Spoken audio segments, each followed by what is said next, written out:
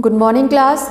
MAVN के online class में class 7 Sanskrit में आपका PA 3 का ये फर्स्ट चैप्टर है, अध्याय 12 एकलव्य।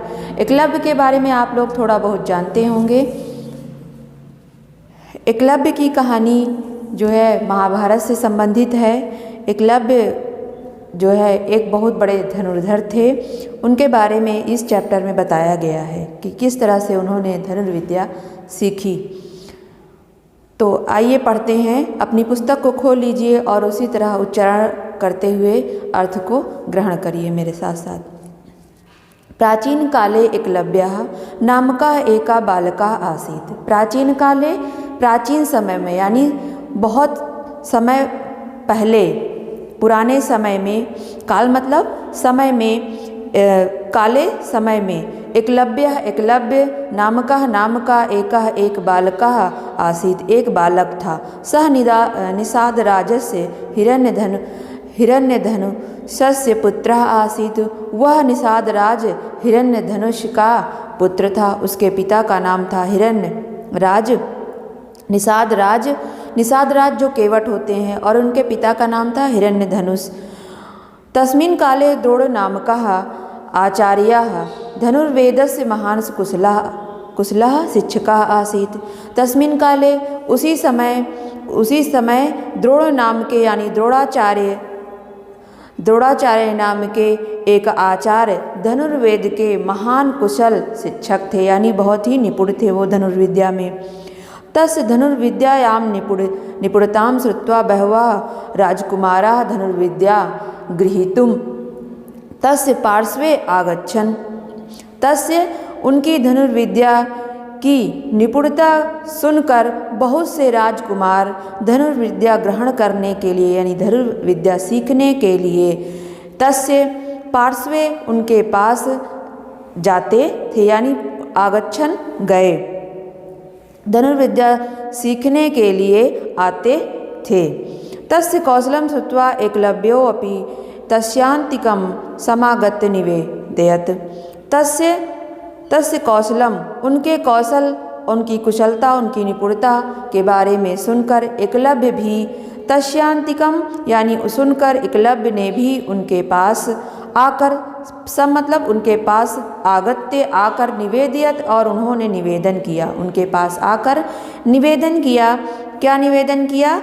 गुरुदेव, हे गुरुदेव, अहम अब धनुर्विद्यायां गृहीतुम् उपस्थिता अस्मि। उन्होंने कहा, हे गुरुदेव, मैं भी आप धनुर्विद्या ग्रहण करने या सीखने के लिए उपस्थित हूँ। कृपया माम अपि शिक्षय। उन्होंने कहा कि कृपया मुझे भी सिखाइए, मुझे भी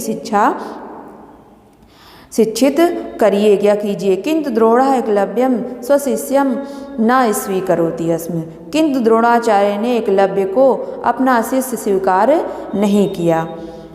तत्पश्चात खिन्ना मनसा एकलव्यः स्वगृहं प्रति आगच्छत्। तत्पश्चात उसके बाद खिन्न मन से यानी दुखी मन से एकलव्य अपने घर की ओर आ गए, सह वने गुरोः द्रोणाचार्यस्य एकां मृत्तिकां प्रतिमां रचयित्वा तस्याः सम्मुखे बाणसञ्चालनस्य अभ्यासम् अकरोत्। सह वने, उन्होंने वन में गुरु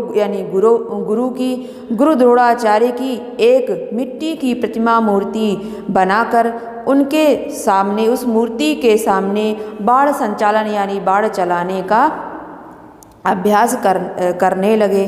उन्होंने अभ्यास किया। अल्पकाले यानी थोड़े ही समय में, बहुत ही कम समय में, सह बाण संचालने परम प्रवीणः अभवत्। थोड़े ही समय में वो बाण संचालन यानी बाण चलाने में बहुत ही निपुण, परम प्रवीणः यानी बहुत ज़्यादा निपुण, अत्यधिक निपुण, कुशल हो गया। तस्मिन् समये कौरव पांडवा च अपि मृगयार्थं तत्र आगच्छन्। तस्मिन् काले, उस समय कौरव और पांडव भी वहाँ आए। कहाँ? वन में आए। तैः सह एकः कुक्कुरः आसीत्। उनके साथ एक कुत्ता था। कुक्कुरः मलिनवसनम् एकलव्यं दृष्ट्वा भसितुम् आरभत। कुक्कुरः यानी कुत्ते ने मलिनवसनम् एकलव्यम यानी गंदे वस्त्र एकलव्य के गंदे वस्त्र देखकर उसने उसके ऊपर भौंकना शुरू किया। तदा एकलव्य तस्य कुक्कुरस्य मुखे सप्तसरान युगपत मुमोच। तभी एकलव्य ने उसके कुत्ते के मुख को सप्तसरान यानी 7 बाणों के समूह से उसका मुख जो है भर दिया।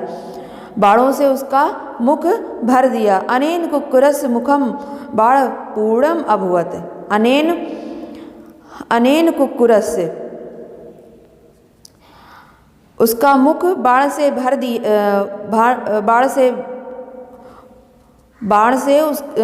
दिया। अल्पकाले सह प्रविड़ा अस्ति कुक्कुरस्य मुखे सप्त यानी 7 बाणों से युगपत मुमोज उवाच मतलब होता है बोलना बंद कर दिया। उसने बोलना बंद कर दिया। इससे कुत्ते का मुंह बाणों से भर गया। अनेन कुक्कुरस अनेन मतलब उसका मुख कुक्कुरस अनेन इस तरह से कुक्कुरस कुत्ते का मुख बाण से पूर्णम यानी भर गया। एतद् दृष्ट्वा राजकुमारः परम चकिता अभवन्। एतद् दृष्ट्वा यह देखकर राजकुमार परम चकित हुए। ते एकलव्य समीपम गत्वा अपृच्छन् को भवान। वे सभी जो है एकलव्य के समीप जाकर अपृच्छन् उन्होंने उनसे पूछा को भवान आप कौन हैं।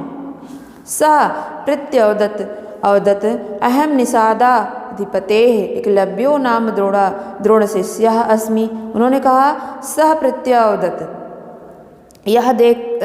उन्होंने कहा वह बोला प्रत्यवदत् वह बोला मैं निषाद राज एकलव्य नाम वाला यानी मैं निषाद राज का पुत्र एकलव्य द्रोणाचार्य का शिष्य हूँ। इदम श्रुत्वा ते आश्चर्यचकिता अभवन्।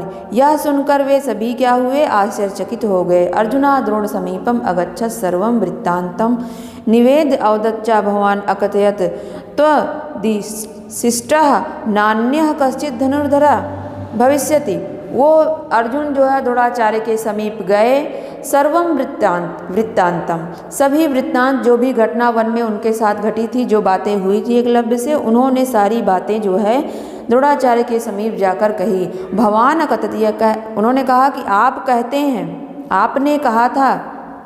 भवान अकथयत् कि आपने कहा था क्या कहा था कि तो शिष्टः नान्यः कि तुम्हारे समान तेरे समान नान्यः कोई दूसरा कश्चिद कोई नान्यः मतलब कोई नहीं धनुर्धर तुम्हारे समान कोई दूसरा धनुर्धर भविष्यति नहीं होगा। किंतु निषाद पुत्र तो शिष्य मत अपि कुशलतरः वर्तते। किंतु निषाद पुत्र आपका शिष्य तो मतलब तुम्हारा निषाद का पुत्र तुम्हारा शिष्य मुझसे भी बढ़कर क्या है मुझसे भी बड़ा धनुर्धर है। फिर विस्मिता द्रोणाचार्यः किंचित विचारे अर्जुनम आदाय एकलव्यम प्रति गतः।